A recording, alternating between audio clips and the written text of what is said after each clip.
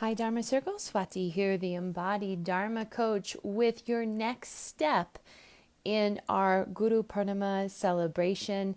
Every day this week, I have been sharing one simple step with you to support you in creating success in body and in your dharmic business or your dharmic offerings. So these are the 4 pathways of Dharma. And today I'm sharing pathway 3 with you, which is Artha. And this has everything to do with wealth, literally money, abundance, and material possessions. So yes, this is an important part of the dharmic path, and we can't neglect the need and the desire for artha, wealth, on the path. And we see a lot of bypassing, or I see a lot of bypassing around this need, especially amongst spiritual, gifted women. It's almost as though there's this identity around selfless service and the shadow of this selfless service that really gets in the way of being nourished and content on the path. So, part of why I'm sharing these 4 pathways with you is so that we can be in right relationship with them. And I want to encourage you to go ahead and accept the reality that wealth, money, material possessions, they are a part of your evolution and a part of your spiritual evolution as a human being. And one of the reasons why we share our dharmic gifts and wisdom in this world is to have reciprocity, to be met in this giving and receiving. One of the ways that we receive and we get our needs met and we are nourished on the path is by receiving money. Money is a way for us to get our needs met. And so we can't neglect this need, and I want to go ahead and encourage you to accept that money and wealth are a necessity for you, and they are a vital part of the dharmic path and being nourished in your dharmic offerings. So it's one of the reasons why in my Dharma business checklist, we pay a lot of attention to the numbers and the pathways that are going to support you in receiving the nourishment. And I'll get to phase 3 of the Dharma business checklist here shortly. But first, I want to start with a little more about what Artha really looks like on the path and how you can identify what your relationship is with Artha. So remember, this is wealth, abundance, and resources. From a Jyotish perspective, looking at the chart and looking at houses 10, 2, and 6, the 10th house is the offering to the world. It's where your dharmic gifts and wisdom become visible. The 2nd house is a money house. It's a nourishment house. It's also connected to the voice and the mouth. And so when we are not visible, when we are not expressing our gifts and wisdom, there's a direct correlation to not getting wealth and not getting our needs met. So we have to use our voice, and it's one of the reasons why visibility and self-expression are so key with this process, and why it's such a big part of my Dharma mentorship process. And house 6 is also a money house. It's a house of healing and in many ways structure, putting the right structures in place in order to receive the nourishment and wealth that you need. It can be a house of conflict as well. And through our conflict, we find healing and transformation. So the 6th house is really key for clarifying and restructuring, putting the structures and the pieces in place that you need in order to be nourished. And I think of the 6th house in a lot of ways like a boundary house, being clear in your boundaries. So tending to all of these houses and getting curious will give some really important insights for you on the path and clarify what is my relationship with wealth and money. Does wealth flow easily to me?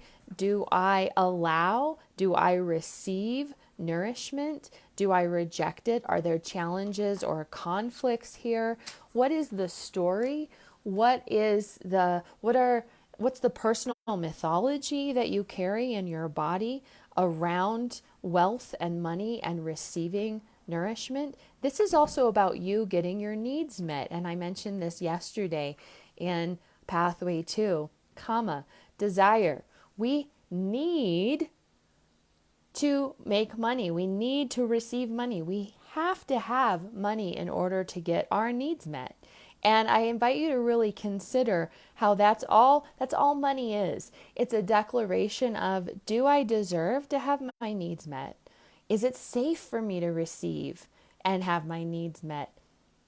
What in my nervous system may block me from feeling safe to receive or deserve my needs being met? And this is where the nervous system is really a vital resource for not only recognizing where the dysregulation might be, but also how to repattern and retune these old pathways, and some of them are very old, even ancient or ancestral, where it doesn't feel safe and keeping you in a state of survival rather than thriving. These are different pathways, by the way, and the body responds very differently to thriving versus survival. So if you've been in a state of survival, then we want to get really curious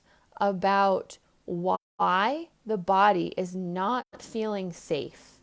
And from there, letting that inform a broader understanding of your success and what it might mean for success in your body and your life, in your relationships, in your business. But there is a direct correlation between your business and your finances and your nervous system. So we are going to keep looking at this, but I invite you to keep leaning in as well. And a reminder that from a Vedic perspective and from a Jyotish perspective, it's highly auspicious when there are connections between the Dharma houses and the Artha wealth houses, meaning that you can make money from your Dharma. This is considered extremely important. It's considered auspicious. We look for these signs. As a Jyotishi, I get a lot of clients actually who are able to make money from their Dharma. That's why they're coming to me. But a reminder that from the Vedic tradition and the Vedic worldview, this is the highest expression of making money and receiving wealth in this world. If you can receive money, wealth, from sharing your dharmic gifts and wisdom in this world, that is not only purifying for the money, and deeply soul satisfying to you, but it supports, and this is one of my big beliefs right now, currently on the planet, that it supports an entire restructuring around how we are in relationship with money, and that money is actually a source of divine nourishment, pleasure, dharma, ideally. And that's the way that we can be more in right relationship with our money. It's also a way to heal and transform.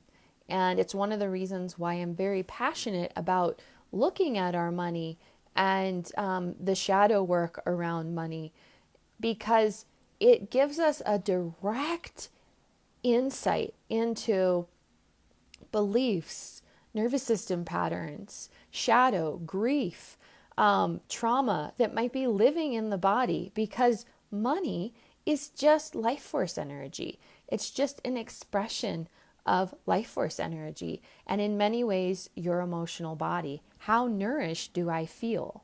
So you can look at your money for more insights, and you can also look at houses 10, 2, and 6 in your Jyotish chart. So my question for you is, what does it feel like in your body to be in right relationship with money and Dharma. Making money, receiving money, creating wealth through sharing your soul gifts and wisdom in this world, and feeling that reciprocity, that as I give from my soul, I am showered in support, nourishment, abundance, being taken care of. And that's something I'm going to invite you to ask your ancestors to support you in. And if you are in contract with the ancestors and you are here to move through and express that contract in this world, sharing your gifts and wisdom and reconnecting the severed dharma of your lineage, you need to be well compensated for that, and you need to be clear on your ask. So that brings me to the Dharma business checklist. Yesterday, we talked about your numbers and creating your structure around what you need financially. Phase 3 of my Dharma business checklist is all about connection and growth. And these are really the channels of creating wealth and abundance and money in your life and in your dharmic offering. So there are some keys that you need to remember in order for more connection and growth, more wealth and abundance, sharing your gifts and wisdom and feeling really successful. And part of feeling successful is making money, getting your needs met. So remember these keys, and then I'm going to give you 6 steps or 6 pathways that can support you in creating more wealth in your business. Tomorrow in our Monday, in step 4, we'll go even deeper into some of those layers and pathways that need to be strengthened, a foundation that needs to be set. But I want to give you some ideas today that you can start to get creative with. So first of all, you need consistency. You've got to show up consistently. You are in an education role and you need to share your wisdom as though you're sharing guidance and wisdom and really educating. Everything about promotion, connection, growth, relationship in your business is about educating. And I encourage you to come from that lens or that intention of I'm here to educate and inspire. You also need channels that are designed for and specifically for creating connection and receiving. And that can look a lot of different ways. I'm going to give you some ideas today.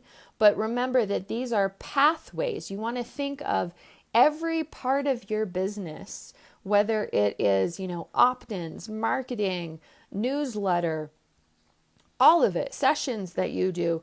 These are pathways of connecting and opening, receiving. I think of it very much like a tree. Our business is very much like a tree. And do we have the roots, the foundation in place? And then how are we growing our branches? And by the way, it's always roots before branches. So remember that your marketing, your growth strategies, your connection strategies are all about relationship. And I know in the business world, you probably have heard this a lot. And I don't mean it in a surface level. I mean this in a right relationship level. So how to be in right relationship with these channels of receiving that you are creating for your business. There's something very sacred about them. This is you sharing your soul gifts, the knowledge and wisdom, the light of your soul, and in many ways your lineage, the light of the lineage that you come from. And so how to be in right relationship with not only yourself, your wisdom, but also how you connect with others.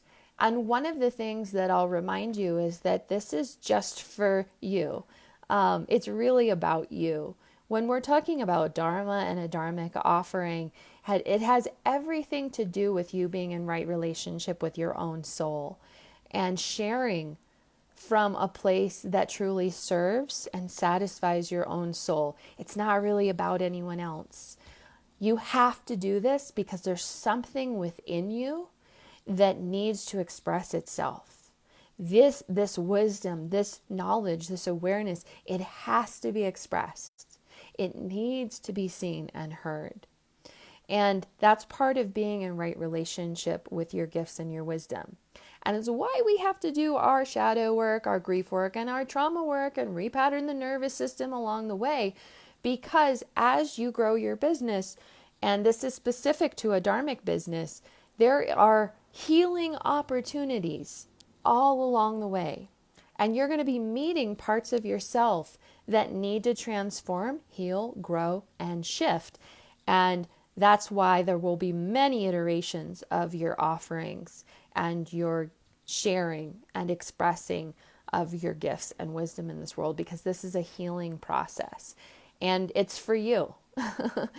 And it looks like sharing with other people and service to others and to the world, but it's really about you and your own healing. Now, my last reminder is that you always need to be thinking in terms of a call to action.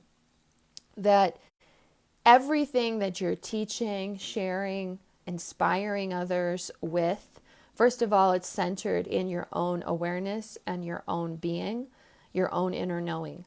Secondly, the inspiration piece is about reminding others to take action, to make change, to step into this relationship with you in order to grow more. So don't forget your call to action, and everything in connection and growth and fostering relationship needs to lead to some deeper connection with you, or a way to deepen and explore your offerings. So here are 6 ways that you can open some channels and start branching out, opening and extending, connecting and growing your dharmic business. And this is very foundational. In our next step, I'll give you some more specifics that need to be in place. But I actually recommend that these channels of connection and growth come before phase 4. So this needs to happen first. And remember, it's all about receiving money. So if you are not making money in your business, you don't have a business. It's not a business. And you will feel discontent. And I hear this all the time. So I know this is what happens. I don't have any money coming in. There is a lack of cash flow. That doesn't make you feel generous and abundant and wanting to share and connect. And so these connection and growth channels need to be in place so that you can start receiving money. And then it makes sense to deepen your leadership and your facilitation in this world and expand your reach even further. So organic leads are excellent. We all love organic leads. This is a lead that you're not paying for. So you can do this on social media and posting your content, of course, and sharing knowledge and wisdom. Go back to phase 1 and 2. If you're wondering about content, it's all in 1 and 2. Phase 1 and 2 is where your content comes from. Your story, you're moving away, you're moving towards, your mission, your why, all of that becomes your content. And it's about educating. And there are more specifics around that, but that is the broad generalized approach I encourage you to take.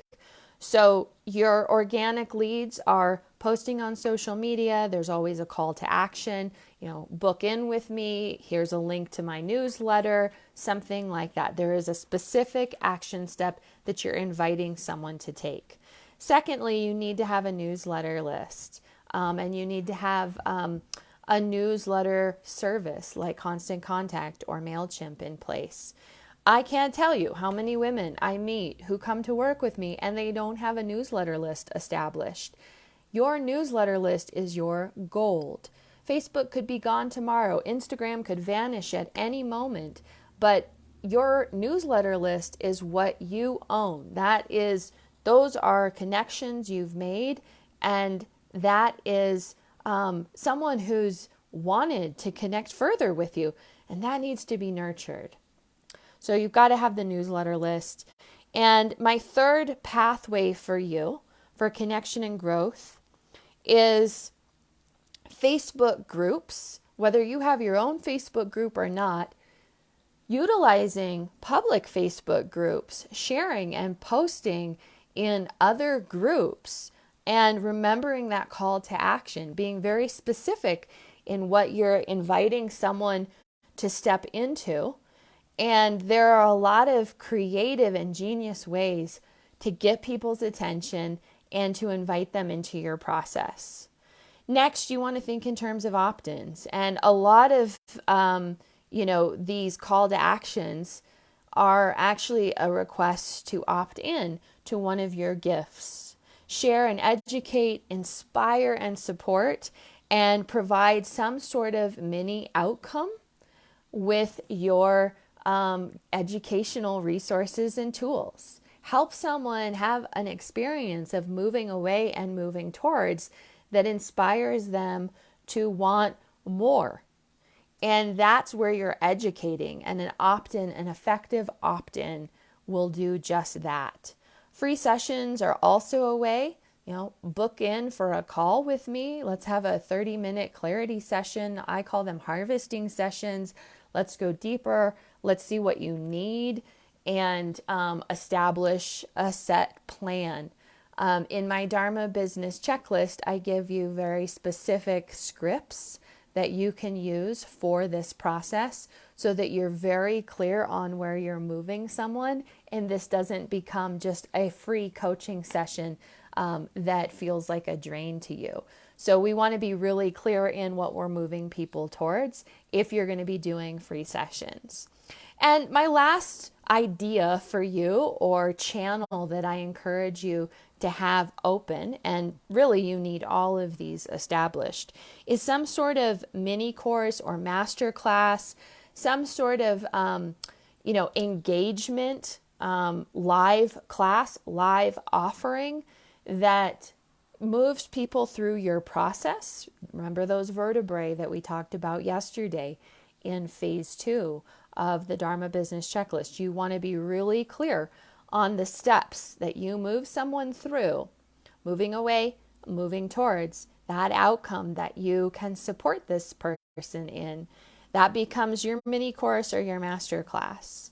And there are more specifics that go with that, but I hope this gives you some idea and a framework, some ideas, even some creativity that inspires more connection, more growth.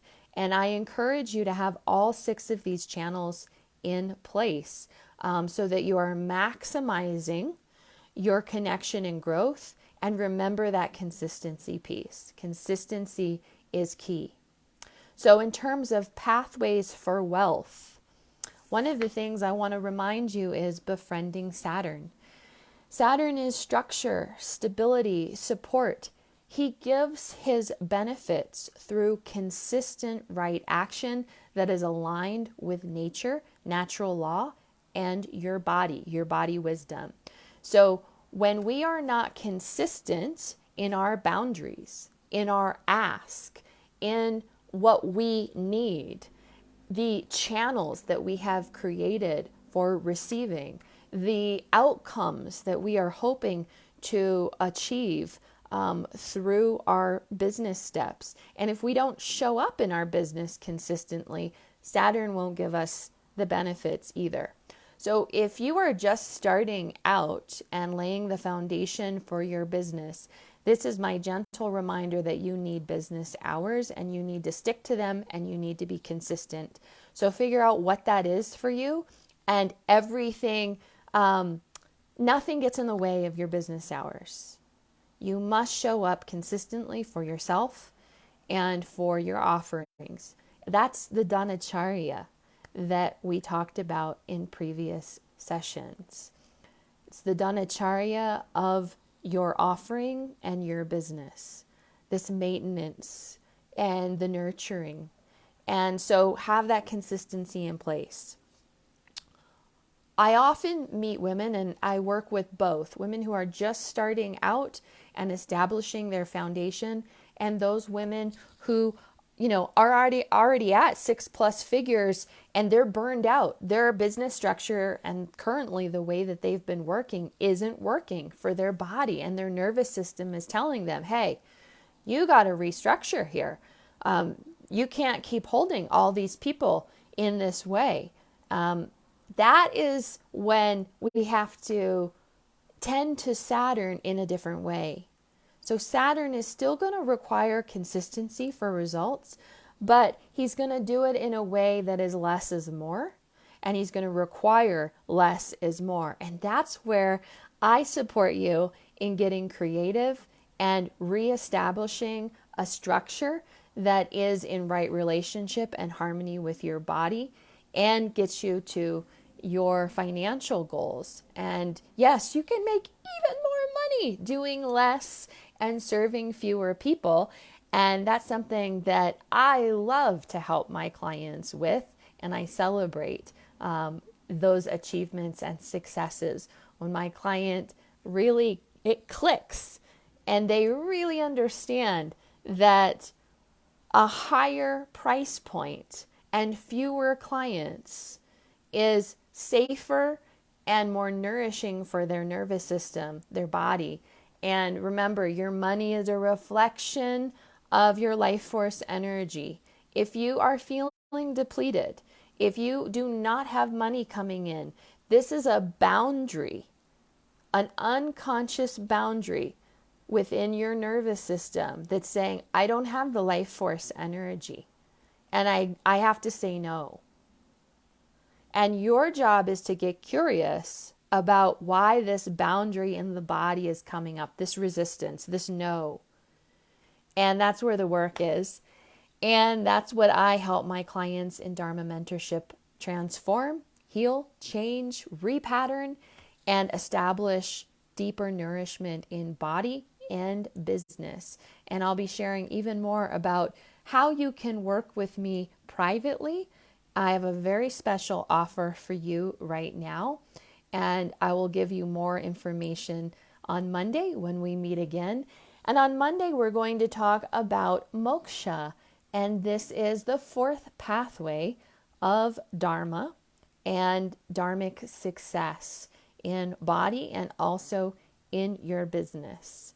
I'll see you then, and we'll talk about the 4th phase of my Dharma business checklist, the priorities that are absolutely vital in order for you to establish a 6+ figure business and continue to maximize your receiving as well as the connection and the growth along the way. Happy Guru Purnima, everyone, and thank you for following along. It's really a joy to share these resources and this wisdom with you, and I appreciate all the feedback and the comments so far. Please keep following along. Share with me in the comments something that you learned today from this video, and any aha moments you might be getting along the way. Have a great weekend.